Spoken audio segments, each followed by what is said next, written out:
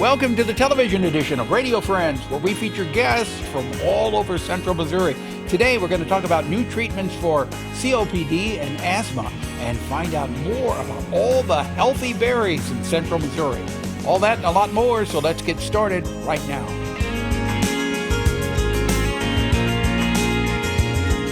We're going to talk about history. That's what we always talk about. Yeah. But today, what? Well, we are approaching the bicentennial on August 10th, coming right up. And at the State Historical Society, we're having a big shindig on the weekend of August 6th and 7th, the Friday and Saturday. The bicentennial of the state of Missouri. That's right, the bicentennial of the state of Missouri. And to accompany that, all those events, we're opening an exhibition. The exhibition will have a soft opening on August 3rd, the Tuesday, but I will be in the gallery on August 6th and 7th to talk to anybody who stops by to see our exhibit. It's called Cultural Crossroads, Missouri in the Era of Statehood. And we kind of cover the period from when Missouri becomes a territory through the period of statehood and then about 30 years, up to 30 years afterwards. And what I want to examine are the different constituencies in Missouri at that period. So you had, of course, the native people who were there first. Mm-hmm. Then we have the Euro-Americans that come in, and some of them are of English ancestry, some French, some Spanish. And then we have, of course, the enslaved people. So we have a lot of mixtures of cultures. It's a real melting pot here in Missouri. So I think that's a really interesting aspect of our history. Yeah. Now, you brought a map along. Yes. Why don't you just say a few words about it. Well, this is a detail of a map that will be in the exhibit from 1818, and it represents the Missouri Territory. And I've created a detail that shows the area that we now know as the state of Missouri, and the map actually shows the native people who inhabited it at that period. And so what you'll see is the tribe known as the Missouris, or at least that's how it's written on this map, that occupy most of the upper part of Missouri. So that was a tribe? It was a tribe of people. Now, they still exist. They are now the Oto-Missouri. They joined with the Oto people after being decimated by disease in the 19th century. But in this early period, they occupied much of the state, and that is where our name comes from. So at one part of my exhibit... I didn't know that. Yeah, so the name of Missouri is a name associated with the native people who were here. The Missouri tribe. Yes. But they died off because of disease? They didn't die off, and they would, I'm sure, want to maintain, yes, they are still a vital nation, but they did combine with the Oto people, who they were related to. And they were first moved up to the Iowa area, then eventually down to Oklahoma, where the Oto-Missouri still exist as a vital nation, still alive and well. Was there a tribe also named Osage? Yes, the Osage people, and that is also on this map. They did occupy this area around the river, so the area that we're living in was sort of a contested area between the Missouri and the Osage, but the Osage were very much present in the area south of the Missouri River, according to this map. Yeah. Okay, now, you brought along also a picture. That's right. Is this a chief? This is an Osage chief who was alive during the period of statehood, and I actually want to read a quote from him. Now, the image in the exhibit is called Le Soldat du Chêne, which was his French name. In English, he was usually called Big Soldier. And the Indian agent George Sibley, who was around the area of present-day Arrow Rock, actually wrote about what Big Soldier had to say when George Sibley was trying to convince him to take up agriculture and change the ways of the Native Americans. So this is what Big Soldier said. I see and admire your manner of living, your good warm houses, your extensive fields of corn, your gardens, your cows, your oxen, and 1,000 machines I know not the use of. I see that you are able to clothe yourselves, even from weeds and grass. You whites possess the power of subduing almost every animal to your use. You are surrounded by slaves. Everything about you is in chains, and you are slaves yourselves. I fear if I should exchange my pursuits for yours, I too should become a slave. Talk to my sons. Perhaps they may be persuaded to adopt your fashions. But for myself, I was born free, was raised free, and wish to die free. So what's interesting about that is he is trying to maintain his heritage here in Missouri. He was a member of the Little Osage, which were above the Missouri River, and he did manage to die in Missouri. He died in the 1830s. Did he die free? Somewhat free. I mean, by then there were treaties with the Osage, and they were trying to get them out. There was an official treaty that was supposed to expel the Osage, but apparently Big Soldier still was hanging out here in Missouri for some time. Yeah. It's very sad, of course. But he said this in 1820, right in the era of statehood, and so you see, we really had contested ground in that period. Exactly. Now, the other thing, I'm looking at this picture. His head was shaved, but he had a headdress or hair. A hair roach. Yes, that's what they were called, roaches. Okay. And of course, Native Americans still wear them today. These are especially associated with the Plains Indians, or the Plains indigenous people.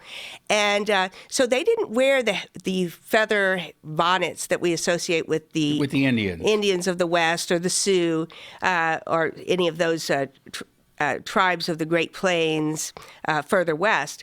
But in this area, the Central Plains, they would often shave their heads except for one hair lock, which then they would pull through a wonderful headdress, as you call it, called a roach. And the roach looked sort of like what we would associate with a mohawk, which also comes from a Native American fashion, but it was made of the hair of animals. Okay, and the one that I have, and I'm going to pull it up here, for those of you online or watching on TV, this roach is made from the hair of a white-tailed deer dyed red. So it's this beautiful red hair hairpiece, and then sticking up from the red hair of the deer are porcupine guard hairs, and they're very stiff. So you get this really kind of wonderful, elaborate quality to these roaches. And this is a relatively simple one. They can be very elaborate. The one in the image of Big Soldier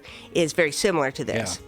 I tell you, it's very, very interesting. And if you want to find out more, when are you having? Yes, come and visit us on Friday and Saturday, August 6th and 7th. The gallery's open from 10 to 4:30. You have several events that you want to promote today, right? We do. The first thing we want to remind people of is they still have a couple weeks to finish up the summer reading program, Tales and Tales. So it ends on August 14th. So they still have a couple weeks to get those in and get their prize for that. All right. And then? We have an excellent opportunity for an outdoor concert that we're doing with Parks and Recreation at the lovely Stevens Amphitheater. And it's going to be Thursday, August 5th at 6 o'clock in the evening. So families can bring their chairs or blankets or food, and the Parks and Rec will have a couple food trucks there as well. And we're having the lovely Dr. Noise all the way from Colorado, and he's going to do a very participatory concert for the kids. It's going to be a lovely concert. It's going to be lovely. I know you've used the word lovely. Lovely. I love the word lovely. It's going to be at the lovely park. The You're lovely going to have a lovely park concert. With lovely Corey Cullinan, known as Dr. Noise from Colorado. And those lovely food trucks will be there, too. That's right. And we get to work with the lovely Cassie Brandt from Parks and Rec, who's helping us put this on. So how long will this concert be running? Only from 6 to 7. So it's a sharp one. Yeah. And is it mainly for the kids? It's mainly for the kids. All right. And then anything else that you want to mention? We do. I wanted to remind people that we have, even though we haven't been able to do programs in person, we have programs online. So some of their favorite performers, or their lovely performers, are still available for them to watch. For example, Laughing Matters with Jay and Leslie Cady. There's a couple videos up in August for you to see them. And they're not in person, but you can still remember them and enjoy their shows. So how do they access this online? Yes, if they go to our website, dbrl.org/events, There's some lovely things there Okay. that will tell them like live things that are recorded, things you can watch from home today. So a whole bevy of things because we haven't stopped programming. No, no. Will you have more lovely events coming up later this year? We hope so, but we don't anticipate live in-person youth events. Not yet? Not yet. Maybe Yep. maybe next year. Maybe next year. Okay. So if people want more information, again, the best thing to do is to go to the website, which is www.dbrl.org, and you can check out everything that's going on. Yep, that'd be great. Well, actually, it would be lovely. Okay. Thank you. Thank you. The lovely Sarah Howard. Pleasure having you here on this lovely day. Yes, thank you very much, Paul. All right. Now, I'm going to introduce you to Alice Pierce. Alice is with Aging Best, which has partnered with Missouri Connection for Health. Let's start, first of all, what is Aging Best? Aging Best is the Area Agency on Aging. We're a non-for-profit agency to assist seniors with many different things. Today, we wanted to deal with the COVID vaccine. Yes. You told me that sometimes seniors are confused about where they can take the vaccine, Yes. or if they're homebound, they can't get to the doctor's office. You will actually come to their house and give the shot. They can receive the COVID vaccine in their home if they are homebound, which means that they require assistance getting out of the home and they don't do it often. That's the definition. And we can coordinate with the state. We have a regional implementation team, many different partners, EMS, local health departments, local community health centers that will go out into the home and administer the vaccine for them. Okay, if they are able to get out, but they're not able to find transportation, We can assist with that as you well. will pick them up. We can arrange for transportation. We don't do it ourselves, Right. but we can arrange for that transportation. We can help them set up the appointment, find the vaccine. Initially, it was difficult to find, and you had to have internet access. Many seniors don't have that. We have that. We can do that for them. What are some of the biggest challenges that you see that you're dealing with now with the aging population? Now? Yeah. There, with the vaccine, there really, other than being homebound, there is no challenge. It's readily available at multiple pharmacies, doctors' offices, Yes. things like that. I remember So- when I got mine back in March, and I mean, I was signed up on three or four different websites Mm-hmm. trying to get that shot as fast as I could. And I find it difficult to believe that there are still people who are refusing to take it when it is a lifesaver. That is a personal choice. We are just here to help them if they want to. So anybody that wants it, you are there to help are them there to- receive it. Is there anything else that you want to get across about Aging Best? Oh, Aging Best, this is just one of many things that we can assist seniors with. Any challenge that a senior has with transportation, questions about Medicare, Medicaid, anything. We also operate many of the senior centers, Meals on Wheels. All of those types of things are available through us. How do they get in touch with you? We're out of time. 1-800-369-5211. Okay, so give that number again, 800-369-5211. You can call that number. That will get you in touch. Tell them what you need, what assistance you're requiring, and they will take care of it. We will find a way. But you wanted to talk today about some new asthma treatments and COPD. Explain what is the difference between asthma and COPD? Well, COPD is a disease of the lungs that mainly affects those who have smoked for a long period of time. The damage that is done to the lungs and to the breathing tubes in the lungs are for most part irreversible.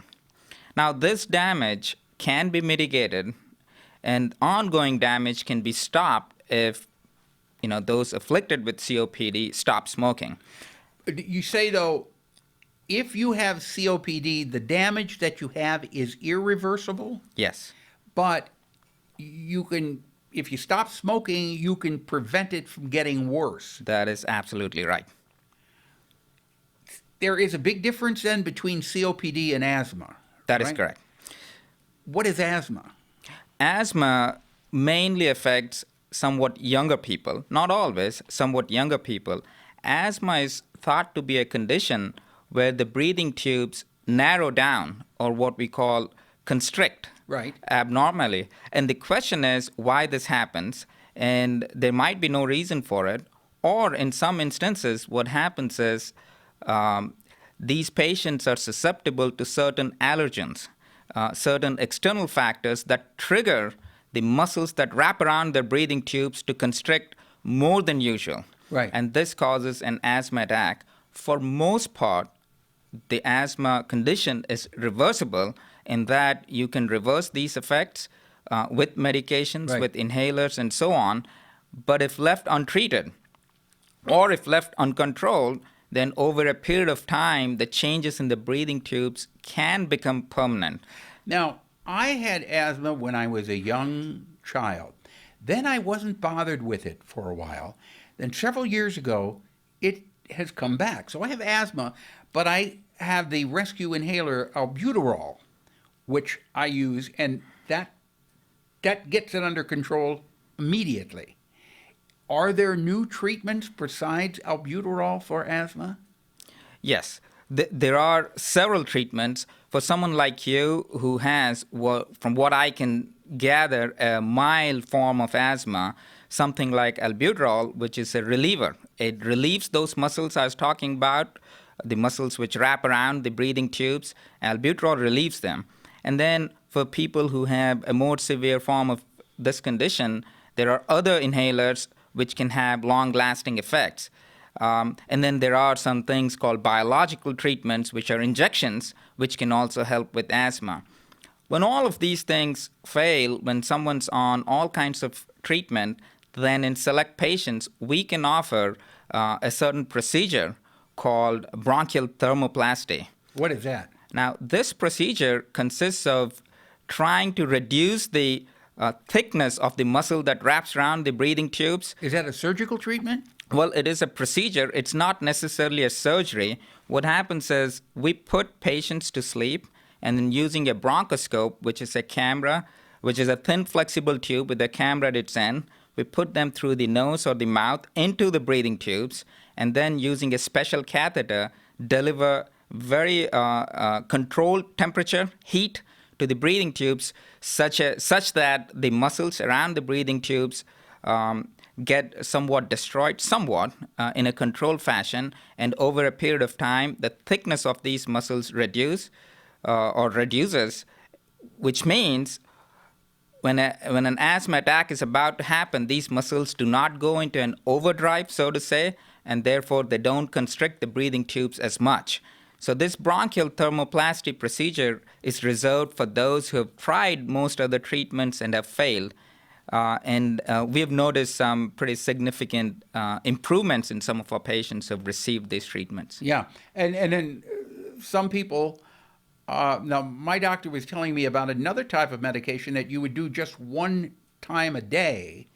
It's an inhaler that you do once a day and it works all day long. Is that something new? Newish, I'd say. Is it like albuterol or is it different? It is slightly different. Now, there is albuterol is what we call short-acting. When someone inhales albuterol, the effect lasts only a couple of hours or so. Then there are longer versions of albuterol, what are called long-acting inhalers. And then there are certain different kinds of inhalers which can be taken once a day, but the effect lasts the entire day. If you have asthma and you're keeping it under control with the albuterol or the other inhalers, can it get worse or can it just go away? Like mine, when I was younger, it disappeared for a long time. Can it just go away too? It can. It absolutely can, because we don't quite exactly know what triggers asthma. Now, sometimes we can identify the triggers. Often what happens is either because of a person's what we call physiology. Over time, the body adapts and is not as responsive to these triggers, and it can, quote unquote, go away, or people grow out of asthma, as they say. Or you can grow back into it again. Or they can go back into it again. It all depends on external factors and what can trigger this condition. Yeah. If people are, can this be a life-threatening, can asthma and COPD, it can be life-threatening, can it? If you don't control it. It absolutely can be. The reason is there is something called an acute flare, or a severe attack can occur out of the blue. And therefore, it is very important that we keep these symptoms under control. And if we identify triggers which can precipitate these conditions, it's very important to avoid those conditions. Because once there's an acute attack, I'd say all bets are off, and it can be life-threatening. Okay. If you want more information, where can they go? Well, they can look into medical societies. They can look into call the Truman VA or the University Hospital. They can get more information. Okay. There's a lot of information. What I'd suggest is when you seek information, seek it from sources that are reliable, medical societies and so on, Okay. and avoid resources that do not offer scientifically backed information. In 2017, Dana Clance, she was diagnosed with osteoporosis. And she decided that she was going to try something that she had heard about. It was called Osteostrong. And you were going to this location in Creve Coeur, Missouri. Started in 2018. You went for about 8 months, and you noticed that your bone density was improving. Since you were diagnosed with osteoporosis. She was so impressed by it, she decided she was going to start her own business here in Columbia with Osteostrong. That was almost 3 years ago, right? Going on about 2.5 years ago. Yeah. Are you healed from osteoporosis? Do you ever say that you're healed when you have osteoporosis? With osteoporosis, it's somewhat of a dynamic process. And right now, I have improved my bone density in my hip from that of osteoporosis to low bone density, which is a major improvement. So you went from osteoporosis to low bone density. Right. And that is all that comes about by a weekly session of about 10 minutes. Yes, of a high impact load on these machines that are Osteostrong, that we have at Osteostrong. Okay, now when you say high impact load, you're not physically jumping and pounding on your bones, are No, you? it's a static isometric push against a plate, for instance, with a leg press, and it creates a high impact load. I started out pushing about 640 pounds, and I've gotten up to about 1,640 pounds. Now you're a little lady there. I know. You're a little lady, and you're telling me that you can push, say, what, 1,600 pounds? Uh-huh. And I have a group of little ladies like me at my business, and we call them the small but mighties. And they're able to push 1,600 pounds? They're up there, where they're up in the 1,200s. I mean, when they weigh like 110 pounds, we measure by multiples of their body weight, and the machines trigger osteoblastic cells Yeah. when you reach a certain level of your multiples of body weight. So what you're doing is, and we've talked about this, you're pressing with your arms and your legs. Mm-hmm. You're putting pressure on the bones, and the bones are saying, hey, I've got to strengthen myself. I've got to build up some, right? Yes. I'll just take the leg press as an example. The leg press, you have to push 4.2 multiples of your body weight to start triggering those osteoblast cells that have gone into dormancy. Yeah. So they can start building more bone density. Okay, and that's all done in 10 minutes once a week. Right. There's 4 machines, and basically we've done, I want you to know that at 2 years, I have members now that are have exceedingly good DEXA scans and have gone from osteoporosis to osteopenia. Okay. How do people, we're out of time, Dana, but if people want more information, Yeah, they can Google Osteostrong Columbia, and they can also call us at our studio, 573-554-5881. okay, and maybe they can be part of the small but mighty group. That's right. What do you weigh?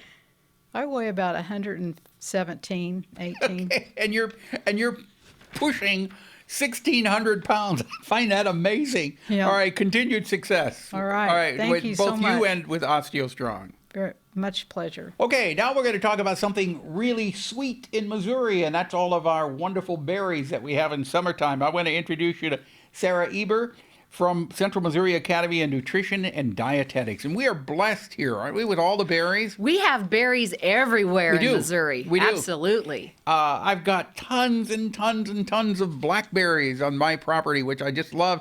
If I can get them before the deer and the birds do. And the birds do. Are they thorned? Do they have thorns or no Oh, thorns? yeah, thorns. Okay. And are Thorns. they growing up high or are they on the ground? No, they're growing up high. They're growing up high. Yeah, So yeah. a real blackberry. They are blackberries, Real blackberries. right? But blackberries and boysenberries look almost alike, don't They're they? really similar, and as it turns out, there is a bunch of berries that we would describe as blackberries that have been hybridized with blackberries or raspberries or other berries to get different qualities. So there are some blackberries that'll grow along the ground. They're not actually blackberries. They are a ligonberry. They are a ligonberry. Their ligonberry is red like a cranberry, but there's another one real similar that has a trailing habit. Okay. And they grow on the ground versus the ones that grow up high. And we got thornless blackberries and Marion blackberries. Oh, And there we- are thornless blackberries? Yes, Oh, those are- all of mine's got thorns. yeah, and a lot of times those are they're a Marion berry. They're really big, and I don't think they quite have the tart smack flavor that a real blackberry has, but they're still really good in pies and cobblers. Yeah. And So- fresh on top of anything. Okay, what about gooseberries? Well, gooseberries, you either really like them, you don't know what they are, or you love them. And I remember as a kid growing up in Indiana, we had gooseberries. And gooseberries are really tart. They're full of vitamin C, but you don't hear a lot about them unless you know somebody who likes to cook Do them. they grow wild? Oh, they grow wild, and they grow domestically really well too. They repollinate the birds. They drop them, they eat them, and they drop them, and you can find them growing up in a lot of the places in Missouri. Okay, Real tart when are gooseberries? right now Right now, with blackberries. Yeah, with the blackberries yeah, already. they're coming in season. Yeah. Okay, then you also have honeyberries.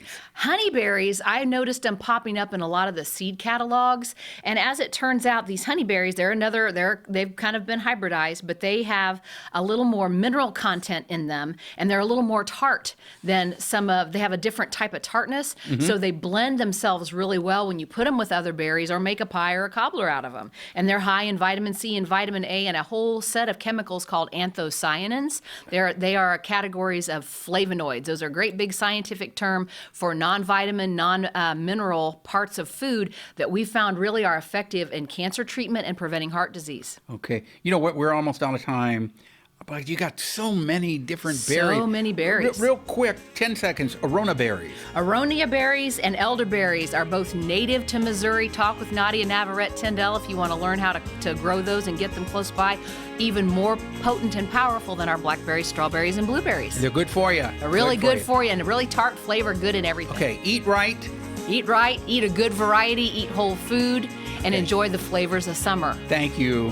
Have a good day. Thanks, you too. Bye-bye.